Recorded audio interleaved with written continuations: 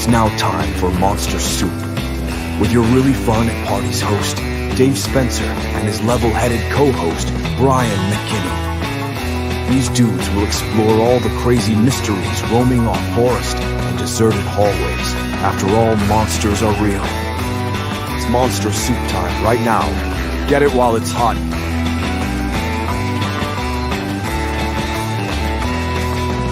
Now your hosts, Dave and Brian. Hello. Welcome to Monster Soup, a kitchen conversation of misfits, cryptids, and these kids. I'm David Spencer, your golden retriever host. And if he was a garbage pail kid, he'd be busting Brian, and it'd be a picture of him with all his guts out. But we call him Brian McKinney. How you doing, buddy? I'm doing great. That reminds me, I saw, we had a couple times we talked about garbage pail kids on the show here, but I saw a thing, like a meme on Reels or something the other day that said, this is what AI is made for. And they were doing like AI versions of the old garbage pail kids. It's funny that you mentioned, and they look so gross, so realistic, so gross. The good old days. I mentioned this 2 weeks ago, but I got myself my own garbage pail kid card for anybody who's watching live. I can't see this at all. Speedy Spencer. And they got another one that's like, I forget, it's like he's blowing a trumpet. I don't remember that one was. But yeah, so welcome guys. I'm sick today. Like it's I there's no two ways around it. I'm gonna do my best, but I'm powering through on this Friday. I was just like, I'll just take a nap after work, and then I'm just like, I have a podcast. Oh god. I just like I went upstairs and my wife had like an eye band on and like two cats like tucked into both sides of her, just looking the most comfortable that anybody's ever been. And I was like, I want to be you. So I'm doing my best. Which we're just talking about. By the way, so I was trying to do a redemption on. I was trying to explain these like these ingots that they found at the bottom of the ocean, and I was like trying to absorb that as like something, and I immediately lost it. I was just like, I'm gonna do a redux on my conversation last week, and I made a fool of myself by trying to remember something, and I literally couldn't remember any of it, and I tried to redeem myself, and I didn't remember a single thing that I was trying to multitask too. I was trying to like work and like listen to it, and I just like I failed the assignment, so I still don't know what any of that was about. But I learned a lot about the beginning part of it, but then they lost me when they started talking about particles and antimatter and all that. All I know is Hank Green is my favorite, and I love him. But I'm sometimes I feel too dumb, and I can't keep all the science in my head. Do my best. But yeah, those were always, it was great. Did some fun stuff. We watched some football. This week was we watched some football. Yeah, Monday night you came over and we watched national championship game, and we are the reigning champions, Ohio State Buckeyes. Ohio State. Yeah. You're welcome, everyone. Yeah, you're welcome. We did it. We did it. I mean, I don't know if you guys saw that tackle I had on 3rd and 2. In the third quarter, they subbed me in. Tackle for loss. I can't believe the Browns made it to the Super Bowl. Oh wait, no, we did not. Yeah, we don't do that. Nice little party, and then I took Tuesday off just to because I knew we'd be up late and stuff. So I had kind of a weird 3-day week this work week. But I swear to God, the 3 days felt like 9 days. It was like just lots to do. Everybody needing stuff right now, and just not enough time in the day to get it all done. I've been watching videos of dogs experiencing snow for the first time like this week, and it's the cutest thing in the world. Like they literally just don't know what it is because they're like down south in like Mississippi, and there was one where there was like a floodlight, so like it kind of looks like a spotlight, and this dog's just jumping up, grabbing snow out of like the thing. It's just the cutest. I'm like, I love this. Just burying themselves completely, but it's wild. I can't imagine like being down there and just like experiencing snow in that level. Yeah, we totally missed an opportunity here. We could have had a check-in with Tana down in Florida. She's down like in Pensacola, I think. Oh my God, yeah. And I think they had like snow on the beach and stuff there. Like I'm sure there was lots of people there that had no idea what to do or has never seen it before. You know, That's there's crazy. like one person who like moved down there to get away from the snow, and that was like their first day in Florida, and they're like, "Finally, what do you mean?" But yeah, I mean, like, they had, bring it everywhere. I mean, they had like shovelable snow from like Texas all through like New Orleans, you know, southern Louisiana into like Alabama and Florida. That's wild. I was downtown. I was working at my buddy's workspace, and I went to go leave, and I'm turning to say thanks really loudly to him as I'm walking out, you know, to kind of thank you for letting me use your space, whatever. And he said thanks as I opened it, and right when I said that, I said it loud enough that it distracted the person that was walking by at that exact moment. And then since he was looking at me, he wasn't looking at the fact that he was just about to hit the biggest ice patch Oh no! Sidewalk, and he went feet up onto the ground, slammed to the ground, and the face that he made was like, I think I just killed that man. And then he dropped $60 in loose cash. I don't know why I was holding it. So I had, and by the way, I'm full hand. I have a sculpture and I have all my drawing stuff, and I'm just like, your money. And I'm like running down the street trying to help him and like pat it down with my foot or something. And then our other friend, like he grabbed the other 220s and gave them back to him and stuff. And I was just, and then he silently walks back to the apartment that he came out of, and I was just like, that guy just went there to like have a time with himself, like, you know, just like, don't cry in the streets, boy. Well, this was on Wednesday, right? Is this Wednesday? Yeah.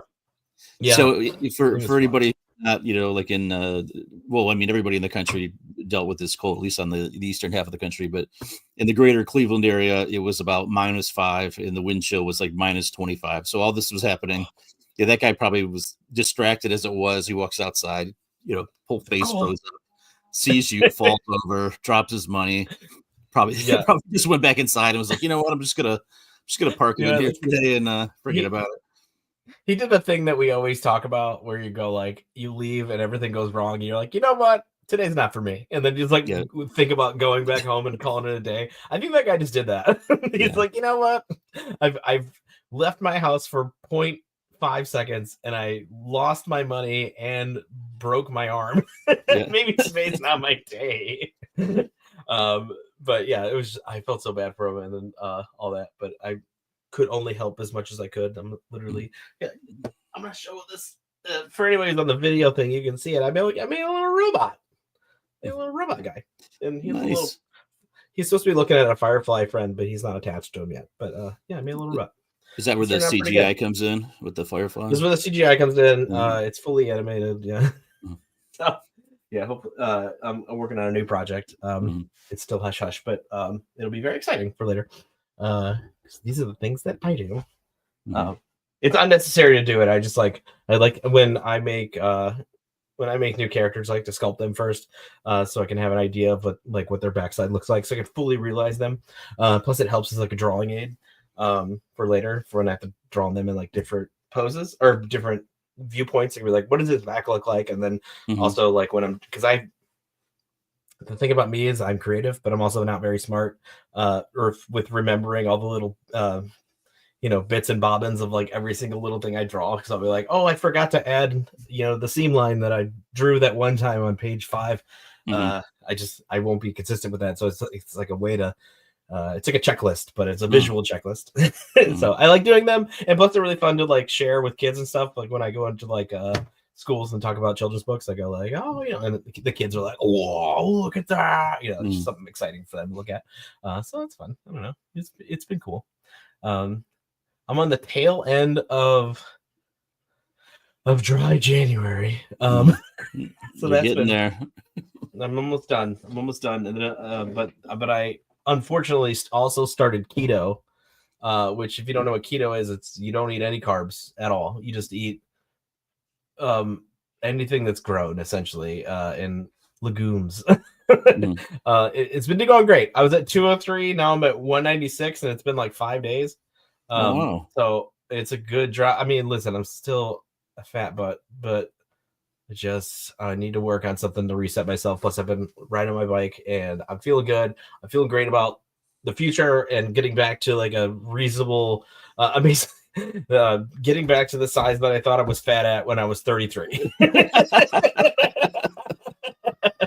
That's pretty much how it works. You're like, oh my god, I lost so much weight, and then you're like, if I was 33, I'd be like, I need to get it together. Yeah, you're like, man, look how good I look, and you're like, when I weighed this 20 years ago, I was like, man, I'm so fat. I know. I need to stop drinking. Yeah. So what do you got going on this weekend?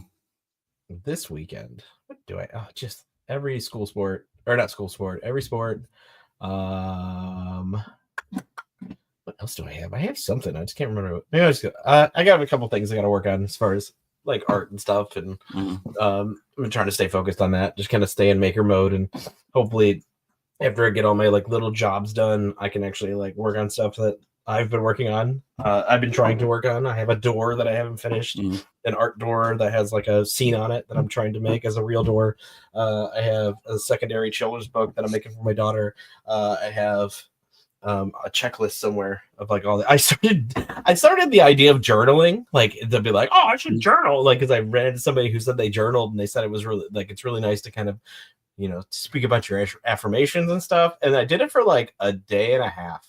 And I was just like, what am I writing? Like, I just was like writing bullcrap down. And I was just like, kind of like day-to-day stuff. And then like the second day I think I did it for like 4 days.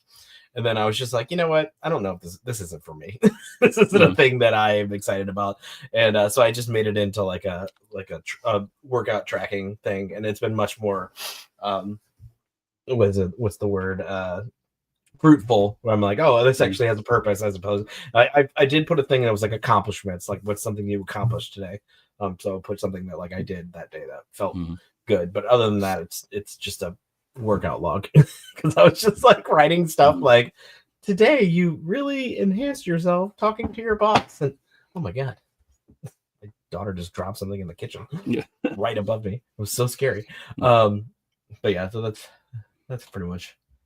That's what I've been doing. That's what I'm up to. But yeah, it's a good path if you're wondering a good way to kickstart yourself. If you're looking down your belly like me, I actually thought about the idea. I was like, we should just call this the dad cast, because like they're just two dads doing dad stuff. Like I've just noticed that like almost every dad is into like Bigfoot and weird stuff, and it's just kind of our kind of our vibe. Not that there's not some moms out there vibing with us right now too, but.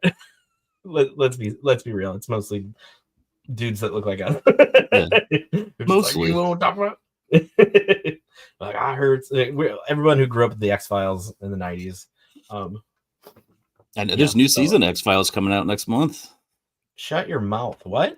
Yeah, it's on Fox and on Hulu, I think. The new series with Mulder and Scully. Yeah. Did not know that. Like same people. Like it's gonna be David Duchovny and. That show lets us all know that a pantsuit does nobody any justice, because what's her name? I'm blanking her name right now. Gillian Anderson. Gillian Anderson is the most beautiful woman that's ever existed, and she looks terrible in that show. Because she's wearing a pantsuit. It's just like, you don't have to wear that. It's fine. Yeah, I don't know. It just looks so. It's just a weird. She's also wearing giant shoulder pads, which was the style at the time, and it's so gross. It's just weird. But then you look at her now, she's just like a queen. Yeah, definitely. That just the whole '90s clothes thing. Oh my god, everybody looks so bad. David Duchovny looked like trash with his giant trench coat, gray trench coat or whatever, his tan trench coat. Or no, I guess he had a black trench coat. Either way.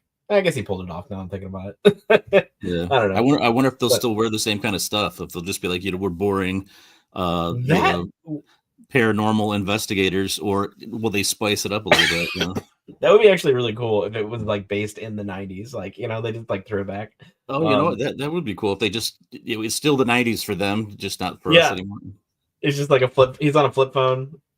He's like he's on a pager. He's just still getting paged. He's like, that would be really cool actually. But then they have to like de-age him, and it'd be a whole thing. But at a certain point though, like her whole shtick on that show was that she didn't believe in anything.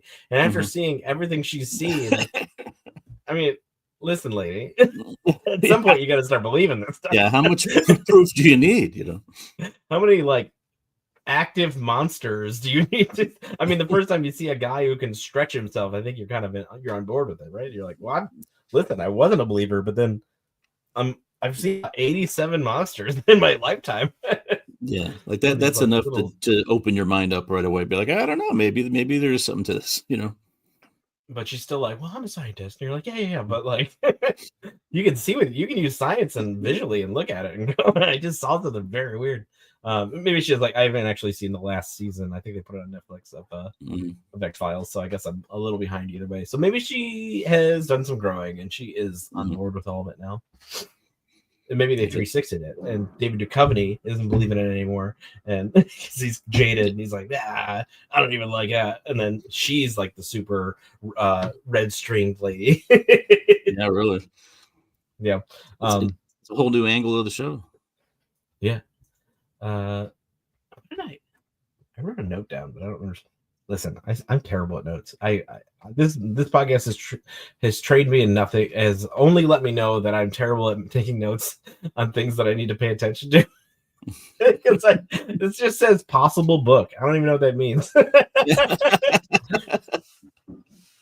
don't know, whatever. But yeah, so this week we are talking about specifically we're going to be talking about a person that was suspected to be working with the government. The reason why we have everything that we have now, or at least the jump off from it, back in I'll lead up to it.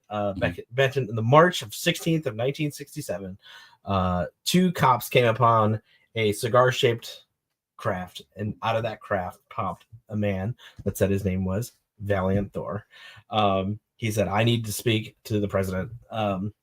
And as anyone would, which honestly that happens now. I don't know. Do you not for any political reasons, but like, do you have access to that power to be like, yeah, I got a guy here. Let's talk to the president. Yeah. Oh, bring him in. The two cops are just like, yeah, get in the car. I'll take you over there. Yeah, I know my friend Steve works at the works at the White House. He'll let you in. Don't worry about it. We go way back. So yeah, they basically they brought this guy in, and you can fill in the gaps where I'm missing them because I like I said, my notes are all over the place. But essentially, this guy said, "Hey." He wanted to speak to Dwight Eisenhower, and Dwight Eisenhower was like, "What do I call you?" And he goes, "Call me. My name's Valiant, but you can call me Val." So Val started basically made his case that he was from what did he say? He's from Venus. He's from Venus, but what did he call it? He called it like the place that your Bible calls the. It's like the. I should have made these better. I don't know. He basically, whatever they call in the Bible, whatever they call Venus in the Bible, that's how he kind of referenced it. And he was like, "Oh yeah." And just said that he was part of this like race of beings that live there, the Phoenicians, and they were prettier. Of course, they were prettier than us. They were smarter than us. They had all the technology. That was the thing that I kept coming across was how much he talked about how much better looking they were than we were. And I thought it was odd how often that came up. He was crushing on him. Yeah, it said he looked human except for having 6 fingers on each hand and other anatomical differences. Apparently, he had an oversized heart, one giant lung. His blood vessels were bigger, and he's got copper oxide for blood. He supposedly could walk through walls and left no fingerprints. He had an IQ of 1,200, spoke 100 languages, and had a vast knowledge of science, history, and religion. And again, talked about how much better looking he was than all the rest of us. It based off the pictures that I saw online of this guy. I mean, he looked like he was straight out of like Leave It to Beaver, like just your stereotypical 1950s TV show dad. He wasn't like Sweet Daddy Goss or anything like that. Like Ryan Gosling. He just looked like a guy. Like he even had like weird hair from like the pictures that they showed. But the other thing was there was like 2 pictures, and they were like one was like I think the one that's like the the moniker for this episode on YouTube that I made was like the two pictures didn't look the same. They weren't the same person. So yeah, it looked like they're different people. Yeah, but I mean, I guess if the idea is that they shapeshift, that would be how that kind of all played out. But yeah, so they basically like had this. It was kind of the jump off for like them sharing their technology, and also like their like warnings of what the industrial complex was. Well, in essence, he was assigned a 3-year mission where he was coming to Earth to try to get us to join the interstellar community and warn us about the dangers of nuclear weapons. He was bringing a message from the High Council, a group of benevolent aliens who watched over our planet and watched us evolve and prosper. He also was said to have he had access to advanced technologies and could solve many of the world's problems, such as disease, poverty, pollution, all that kind of stuff. So he was a messenger sent by this interstellar High Council that I don't know if they all are from Venus or if he's just the representative from Venus who also belonged to this High Council. It's like the Galactic Empire in Star Wars. It's like, are they all? Is it like a greater thing, or he's just the representative of Venus? He gets sent to Earth because of they're so close by. Yeah, but from what I gathered, he was a leader there. I don't know if he was the grand leader, but yeah, he was just a leader there. And I mean, I guess answering my own question from earlier, the way he got in was almost through the power of positive speaking. It's like affirmations.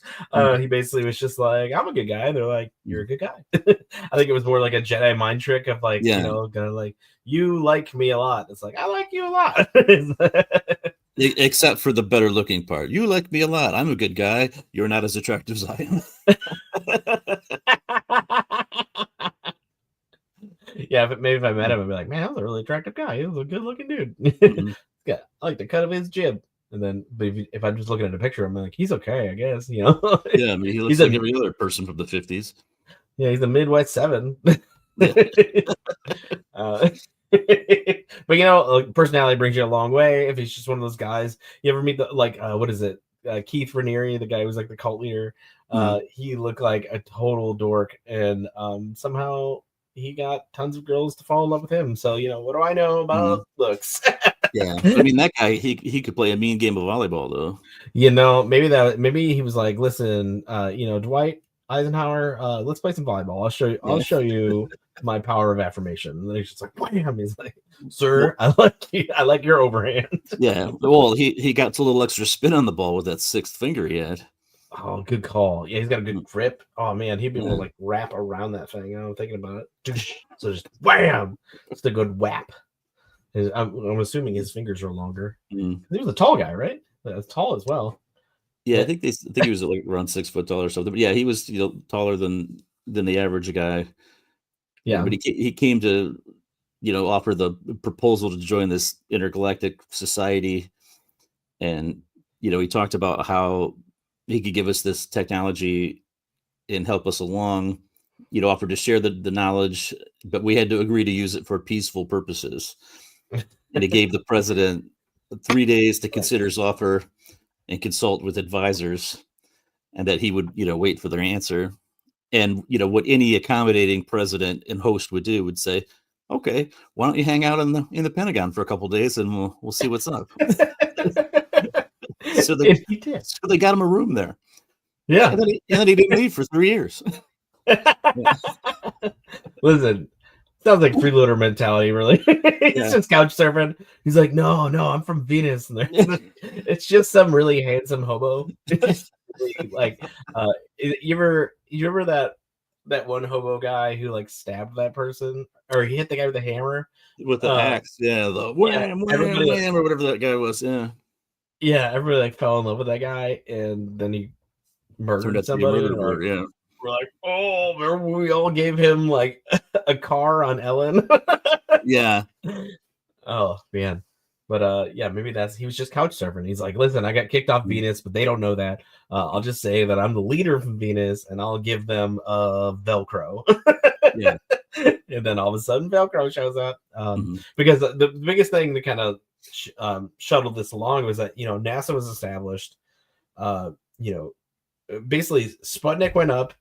we kind of got the fear in our hearts that like we need to catch up. NASA being established starts growing exponentially. Like they start building all these like things and kind of quicker than we've ever kind of created these revolutionary things, like Velcro and things like that. So people are like, how did you do all that? How do we get to the moon so quick? We just started this. Some people, there's actually a thought that like there's a whole race on the moon, and we've not only been to the moon, but we've been to the moon a bunch of times. And there's in fact the moon is just chock full of people. And it's like that's where the Federation kind of like keeps all of its people obviously on the opposite side, because we have cameras that can just look on the moon. I mean, you can see.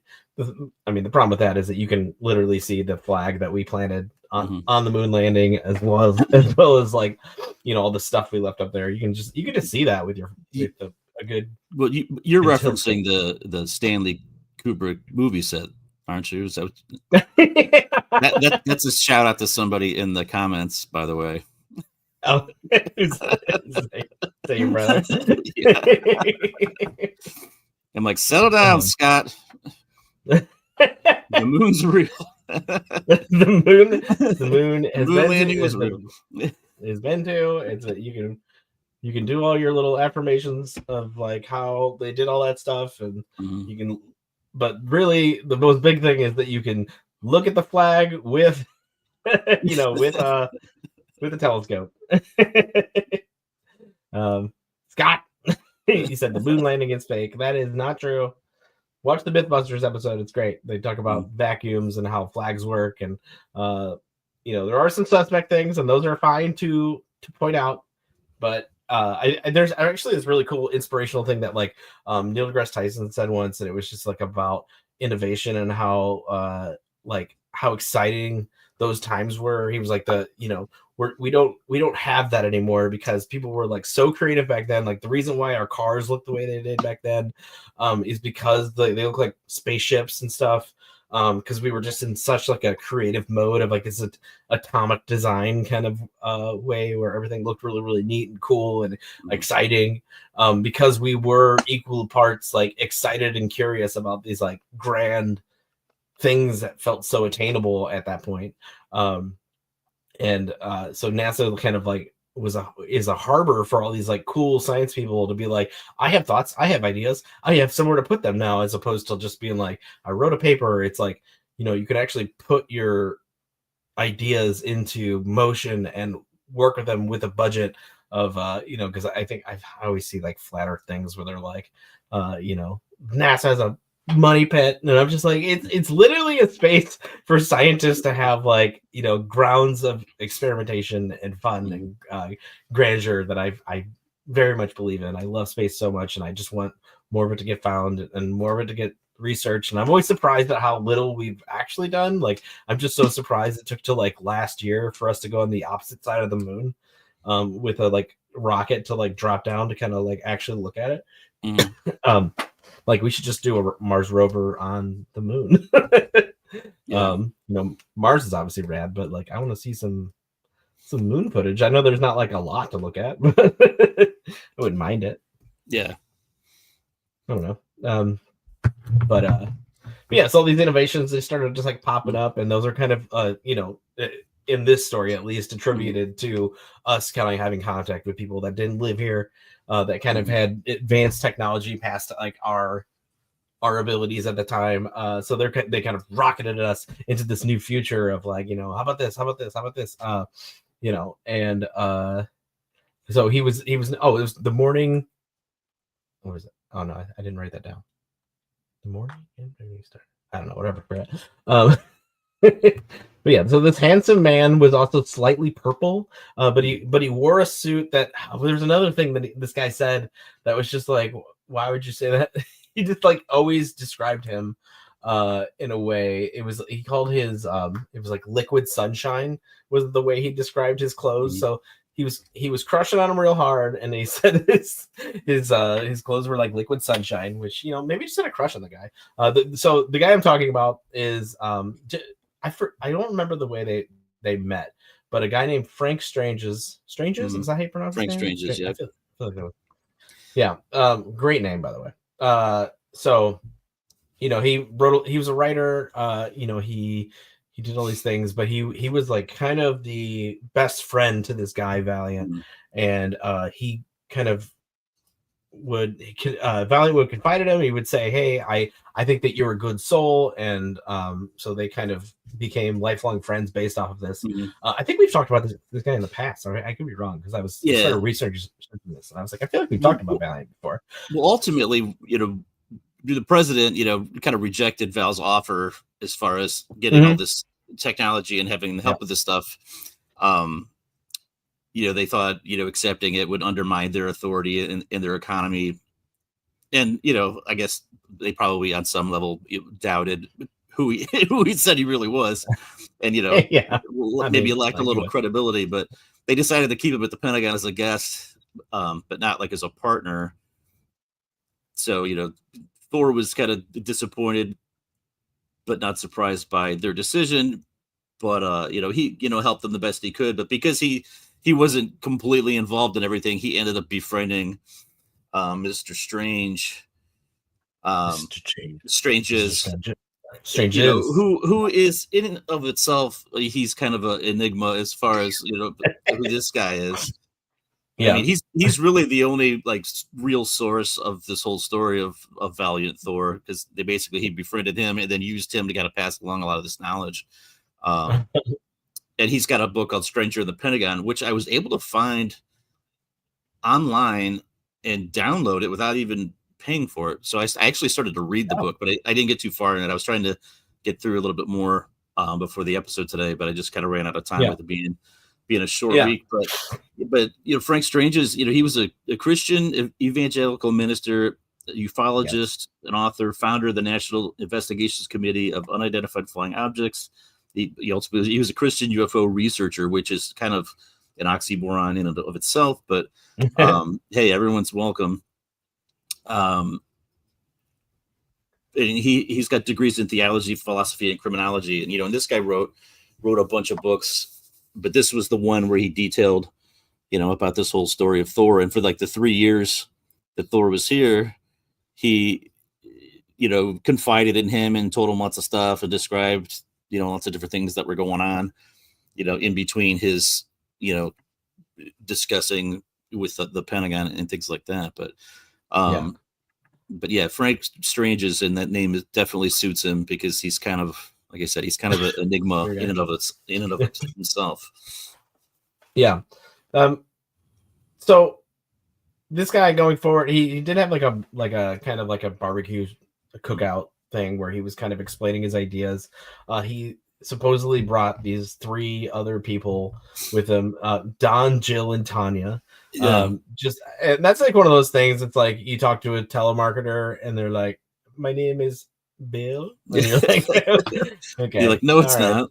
Mm-hmm. Yeah, I mean, maybe it's like a language thing, and then they just kind of. But he did propose when he proposed these ideas. Those people were there, and supposedly part of his race of people from Venus, and basically they shot him. Like you said, they shot him down. And but his message was that we need to be more open-minded. We need to not over militarize ourselves, and because the story that is kind of always circulating about the reason why UFO started around the 50s, the reason why everything is because we dropped the bomb and the world started looking at us. We beaconed ourselves to the universe, and that universe opened up. So they said, "Oh, you guys found this. You needed to chill." So that was kind of it was just like, put yourself in the service of others. Don't over militarize yourself. Let's work together to find like a prosperity, which conveniently enough, the voice piece for this happened to be an evangelical, and it seems very much aligned with the teaching of that, but there's absolutely nothing wrong with and what did we do? We did the exact opposite of every one of those.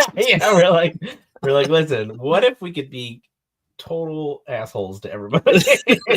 What if we did that instead? And we were like, that's better. It was, kind of strange, no pun intended, that how much they talked about Val talking about religion and Christianity and Jesus, and that's not something you come across too much when you're talking about space and technology and and aliens and things like that. And so that was there is like stretching. I mean, like there's words that you can find in the Bible that are kind of like stretched to the like, oh, this means, if you interpret it, you can go, this is UFOs. They're talking about UFOs there. The section of like demons. I've also heard aliens been used as like demons and stuff like that, or angels, like because they're coming from above. So Ezekiel and the flying wheel and all the old stories. Those literally could be just described as spaceships. So on one, and that's kind of goes back to the ancient alien theory and all that kind of stuff. That this isn't anything new. This stuff was going on back then. They just described it, a little differently than we would. But if you look at it in the context of their time, it's like, oh yeah, that totally makes sense to be like that. We're now interpreting it as, oh, well, it's not that because they were, lived in, antiquity, and it's like, oh, well, they didn't have spaceships back then, and yeah. So I mean, I don't know if that's just through, we're working with this with the filter of it's the vessel that this is delivered through is a guy who already is evangelical. So whether it happened, let's just work in the guise of like, this actually happened. The filtration it goes through is through that guy. So he also he would have a message that he wants to deliver with this. So if the 1-to-1 is just happens to be these like messages, but I mean they're not terrible messages. The one thing that I think everybody can agree on, who at least has some sort of decency, is that we should put ourselves in the service of others and be better people and be open-minded.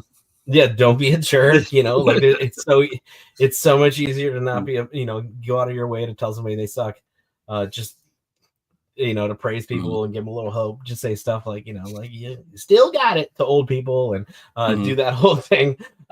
So those are great messages to put out there. So I do very much love that about this whole story about what he was trying to propose. It's just one of those things where you're like, he didn't we said no. Well, there was the threat that was proposed of like I can solve world hunger and I can so you will not go hungry, and they were like, well then no one has a job, like where our farmers are out. Like that's going to ruin our economy, everything. They also had the thought of like knowing about you guys in the first place is going to break everyone's brain, which has been a thought, for a long time, that like ever since then.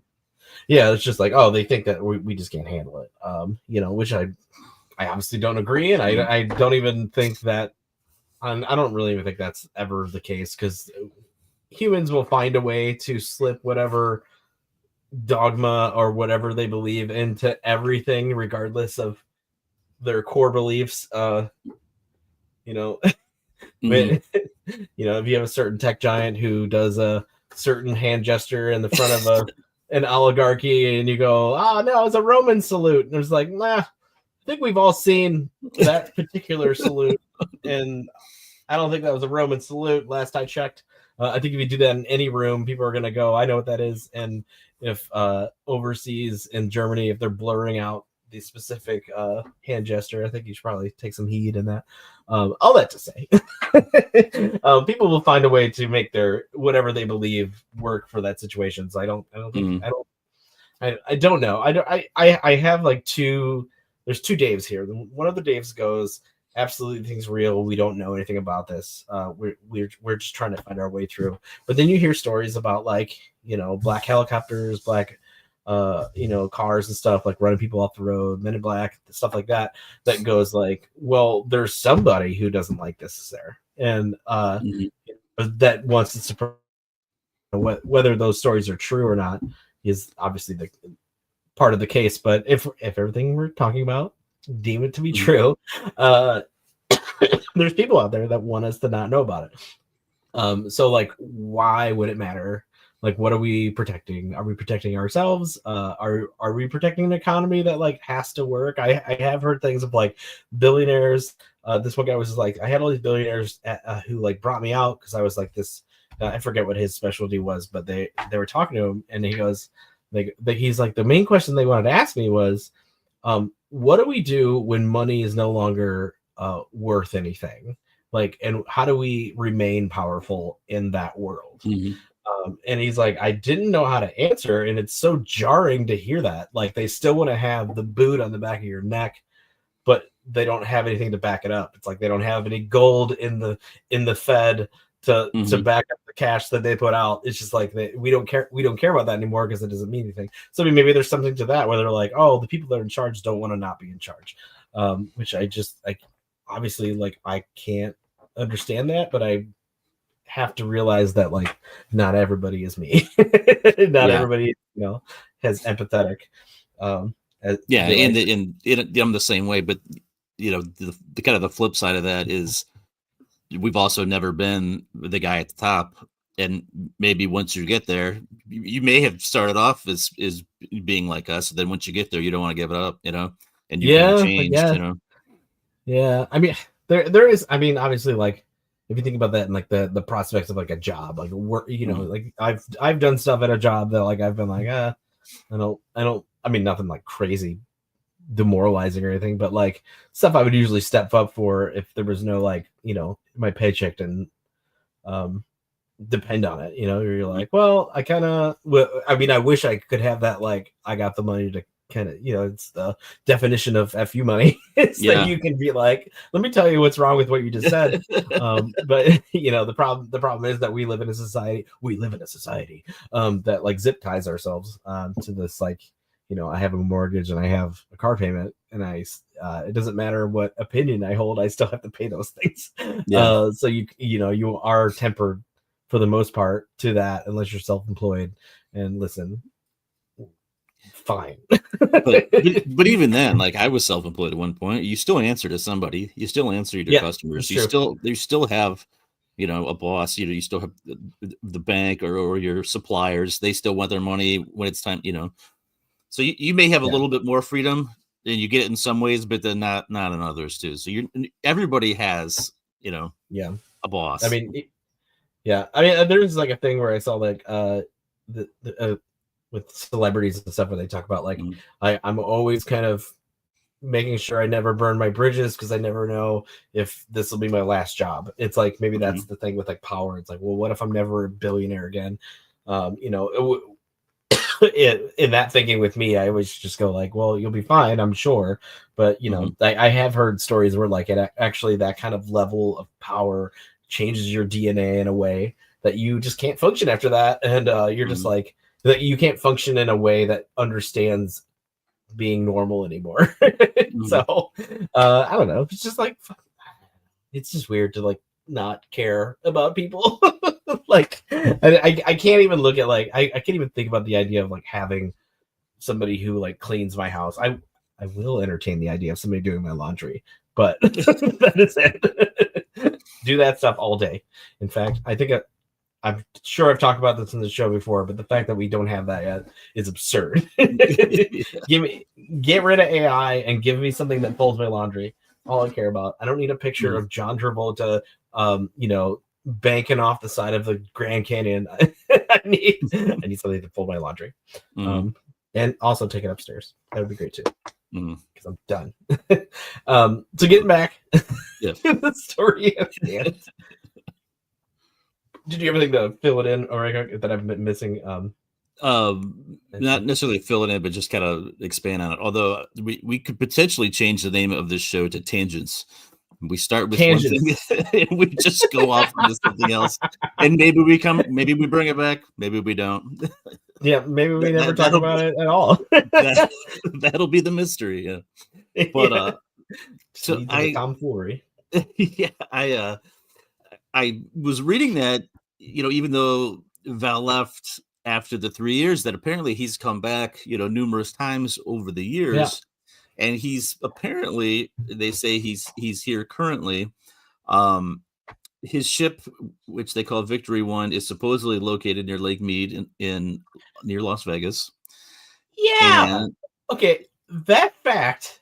Okay, extend your thoughts. Sorry, I found this the most fascinating. But that's it as far as that goes. But he apparently is an author and writes books, and you can purchase them on Amazon and other sites under the author of Valiant Thor, which I found when I started, Googling things about it. And I was like, this dude wrote books. Like he's books that have been released like in the last few years. And I'm like, this guy, is he just living in plain sight? They're like, man, this really handsome guy that lives down the street from me is writing all of these books. So I don't in what reality is that not fantastic? Like fantastical. It's just like he's just like, what's this book through? Like, hold on, let me find it. Let me see if I can find his book. Is it the Venetian Science Secrets? Like, if that's a real book, there was a whole bunch of them, but yeah. So the one that came up was Valiant Thor's Venetian Science Secrets by Valiant Thor. This should be like our scientifical Bible. If it's like if this is a true story, if I'm going to take it, we should be learning this in school. Like, yeah, it should be like everybody pull out their Venetian Science Secrets, and we'll go to page 4 on teleportation. It's like, okay, if you have a direct, because the whole thing was that they have technology that you can basically that you can project a room to essentially Venus where they're from, just the same as they were in the same room with you. So like, if that tech is part of our world, and we're not capitalizing on it in any way, like, that's just absurd to me. Like, what world are we not? But like, okay, so I'm gonna get back to I feel like I watched like 4 things, and they all mention this fact that his ship is parked and in like a couple miles away from Vegas, and they just go past it. Like every time they mention it, they're just like, yeah, and it's parked in Vegas. Anyway, I'm like, can we go back to that? Yeah, can we go back to the ship real quick? What do you mean it's just parked on the shore? And you're even like telling me it's on the shore cloaked. Like, then everybody gather hands and walk the beach. Like, find this ship. Like, there's hundreds and hundreds of UFO, probably thousands. There's thousands and thousands of UFO enthusiasts, people who like want to know about this stuff. Just lock hands and walk the shores of the beach and hit something invisible that isn't supposed to be there, and find the ship. Oh my gosh, I was just like, what do you mean it's just parked there? And also, why do you know that? Yeah, and how do assuming that he's here, I'm wondering if like Don and Jill came back too, or they were like, hey, you know what? We were there 3 years. I'm not going back. And then Val's just like, don't be a Don, man. Don't be a Jill. We got to go back. They need us. There's like people in Chicago. They're like, we got better pizza in Venus. You never had it. You had a Venus slice. Yeah, it's the thickest. It's not thicker than ours. Yeah, the crust is cheese, and it's only on the outside. It's only on the outside. It That's makes the way sense. it's supposed to be. Yeah, it makes sense that they'd be like out in Vegas, kind of like in the desert, in that he's a light shade of purple, because I mean Venus in and of itself, the average temperature is about 900 degrees Fahrenheit, on Venus, and for our Canadian friends, that's about 460 degrees Celsius, and it has the densest atmosphere of all the planets in our solar system, and the atmosphere is mostly carbon dioxide, and the entire planet is covered in a thick cloud of sulfuric acid. So I can imagine it's pretty hot there. And now he supposedly they live inside the planets. Oh yeah, and he had said that that's how most of the other planets in our solar system, they don't live on the surface like us; they live inside. But I can only imagine that if you live on a planet that's covered in sulfuric acid and is 900 degrees Fahrenheit, that you'd get down here, and even in the even if it's 100, you're like, man, it's freezing here. What's going on? Turn up the heat. You're dying. It's dry heat. It's fine. He's got 6 coats on, and he's just like, it's so cold here. Looks like he has the flu all the time. I mean, it's purple. Yeah, I don't know. I mean, it's I don't know the science on Venus of whether we ever launched a probe into there. I'm assuming we did it like one time. We've launched probes at least by there. I don't know that we've ever tried to land anything there, because anything that we have is just going to burn up, as it goes down. I guess you're right. Yeah, I love to. I meant to read it earlier. When I was doing research on this, I saw a thing about there's the one Jupiter moon that they think is very, very potentially has microbe life on it, and I think it was like in 6 months we'll find out whether that's like what we got down there, and I don't know if that means a probe or if it's going to be like a rover. That rover would be awesome, but I'd love to know. I'd love to see more than just what we've always seen with the Mars rover, which I love, but like you can only look at rocky terrain for so long before you're like, all right, love it, but show me about what's going on in Jupiter.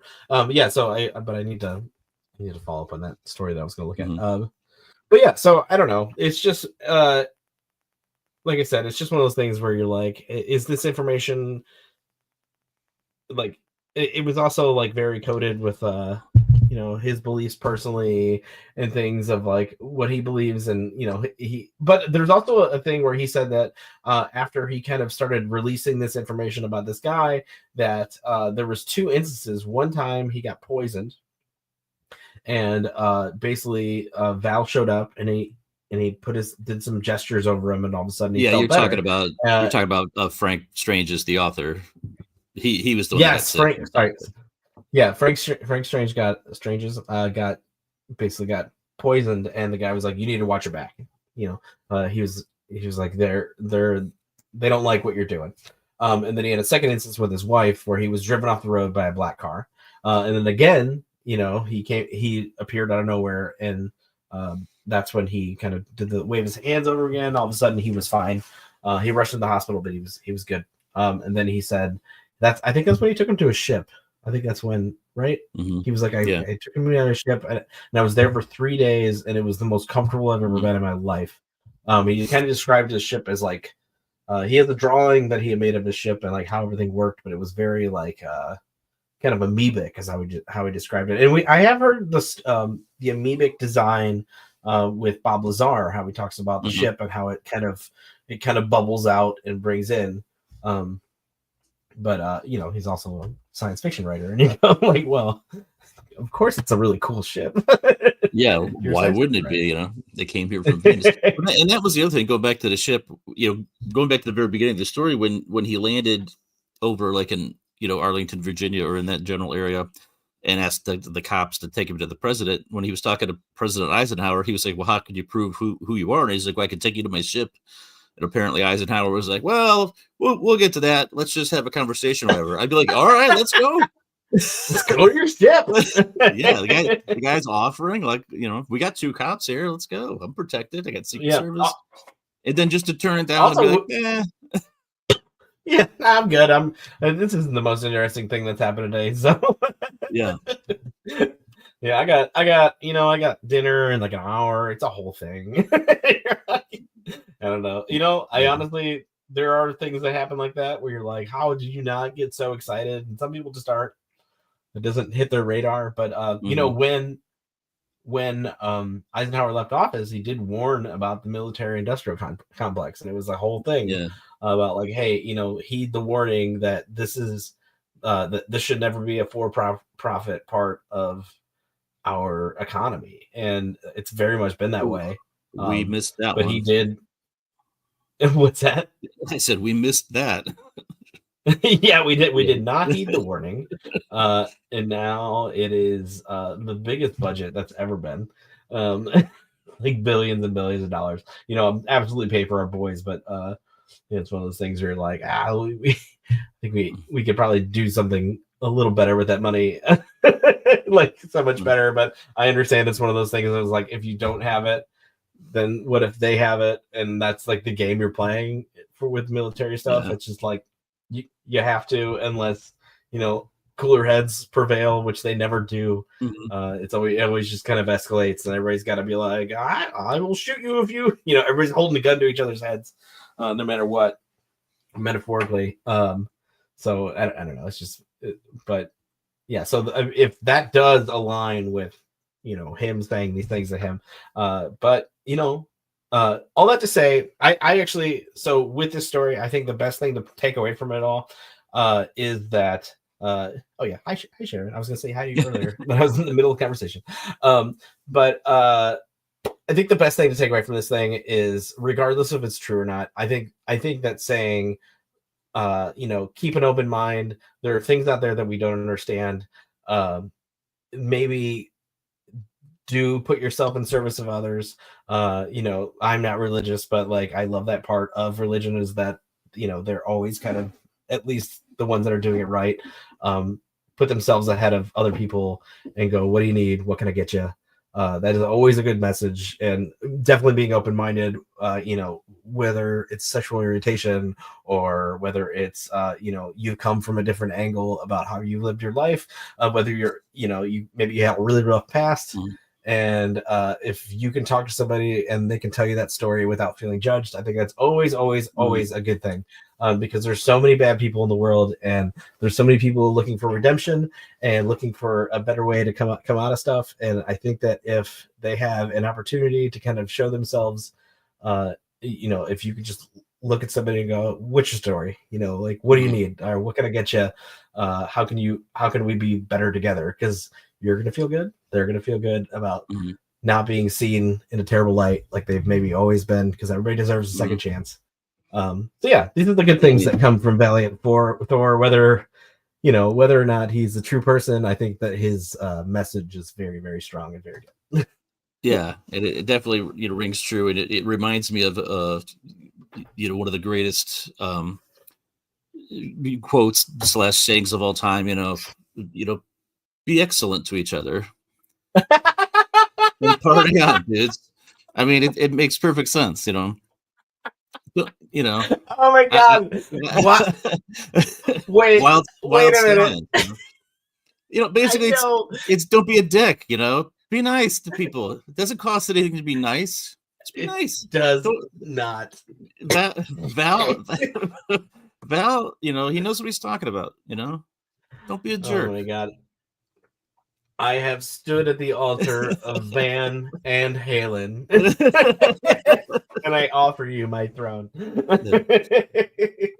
Be excellent to each other. So whether the whole Valiant Thor story true or not true, did he help the government? Did he not? Is he still here on Earth writing books?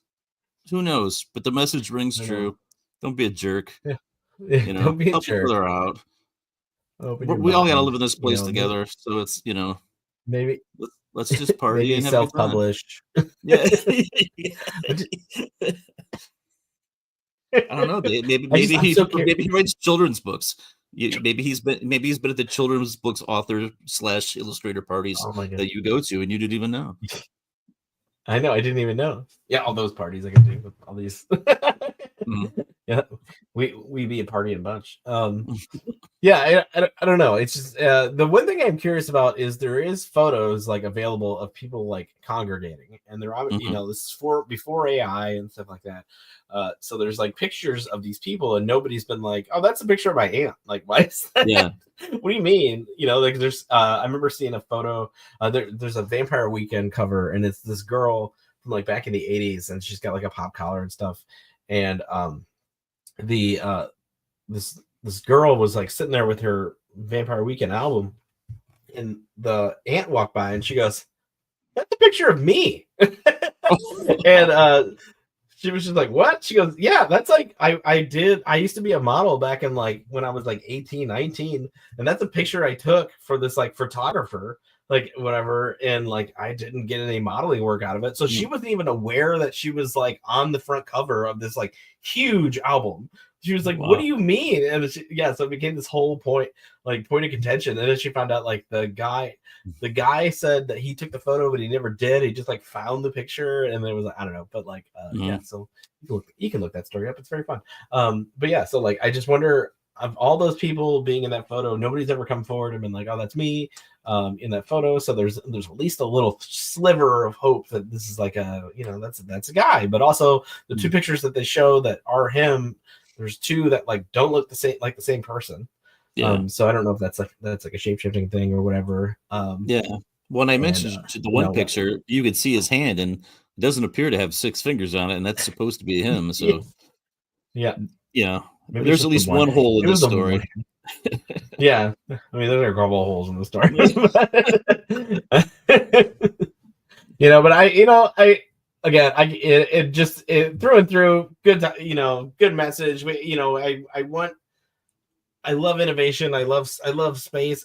I want that stuff to keep happening. If we need a couple more aliens to come down and tell us how to make a bomb that has that makes you feel good and supposed to be the other way around, that'd be cool too. Just like drop it in a couple nations, be like, man, that was great. The love bomb dropped. I don't know. It's a weird one, but yeah, it's a very interesting story. I love hearing about little aliens that might have been. I mean, that's a constant thread of ancient aliens being the start of that, but like really it's just the innovations that we've taken in the last 100 years have been so astronomical. I mean, we went from horse and buggy to literally having a shuttle that fires up and lands on the rock that's been circling this planet for forever. But from when Earth split away from itself and made the moon, that thing's been sitting there. We've never made it there, and then all of a sudden, within this 100-year gap, we made cars. We fired a rocket. That rocket landed on the moon. We've since cured diseases. We've made dog videos. So many cool things. All the important things. So yeah, it's very fun. Yeah. But yeah, that's all. That's all I got on Valiant Thor this week. Unless you got anything to add, I think that's all my notes today. It's an interesting story about an interesting man. If he comes back and he goes, I will reveal myself to the world. I'm here to listen, but until then, I will, I guess, read his book, The Venetian Science. I wonder if there's any contact information. Maybe we can see if we can get him on the podcast. That would be my favorite thing ever. He sits down and he's just like, hello, how's it going? Yeah, it's just, what if he just has an extreme accent where you're like, you can't take him seriously. It's he's like, it's Viking. So cold here, I cannot get warm. You can blatantly see that he's on the beach.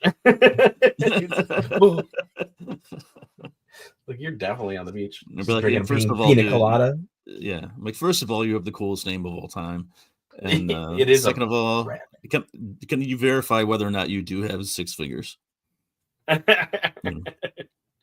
Yeah, I know. He'd be like, he just holds it up, and there's just an extra one. You're like, all right, well, whatever. No, that's crazy. This is the guy. Story's true. Yeah. Yeah, and then he tells, I'm like, what's going on with your ship? It's just on the shore, and he's just like, yeah, it's just there. He's like, it's actually not cloaked. There's 3 leaves on top of it. He's like, they said it was cloaked, but people just don't look. Like, oh, okay. It's been a few years since we've been to Vegas, but wasn't there a spaceship looking thing on the top of the fashion show mall right on the strip? Maybe that was his ship. It's hiding in plain sight. Yeah, he's just hanging out. They do a drive-by and they're just like, yeah, it's just a promo. And we're like, can't get you guys to believe anything. Yeah. I come with peace and love, and they're just like, nah, we're good. And hunger. No, thank you. Number one problem facing most cultures? Absolutely not. We're good. We'd like to keep making money. Thank you. Yeah. But money doesn't mean anything. I know, but we kind of told people it meant something, so they kind of believe that. So we can't really go back on it. Yeah. But literally, you make the money up. The money has no value. You assign value to it. I know, but we kind of already have a system, and we don't want Martha to not have a job. But Martha doesn't need a job if money doesn't mean anything. And not to go off on a different tangent right here at the end, but I saw on the news today that they're again talking about getting rid of the penny, and that it's pretty much worthless, and it would save so much more time if we didn't have the penny, and that apparently now that it costs 4 cents to make a penny. How dumb is that? Super dumb. What are we doing? Just get rid of it. We don't need it. It's like a Seinfeld joke making itself. Yeah. It costs 4 pennies to make a penny. I'll give you 4 cents and you give me 1 back. Yeah, it's wild. I mean, I don't know. what are we doing? I stuff like this. The only reason why I don't really know if I kind of fall in line with it is that there's so many idiots like kind of everywhere and ready to tell their story, and since it's just kind of like confined to these like kind of couple people, that it isn't a larger story, I feel like speaks volumes to myself personally. No, not taking anything away from anybody who actually believes this stuff, like through and through to the letter. I'm just like not on board with that. People's hubris is always going to be bigger. I mean, it's the reason why people confess to murders and serial killers like confess to murders, and it's why nothing is a secret. It's just like there's a reason why leaks are a thing. It's just like people can't stop talking about stuff. And if you met a human looking big, but that's just me. I don't know. Yeah. But yeah. That's all I got. Just keep believing in yourself, keep believing in helping people, do the cool things out there, buy some books by a maybe space alien, or just barely just download it straight out like Brian did. And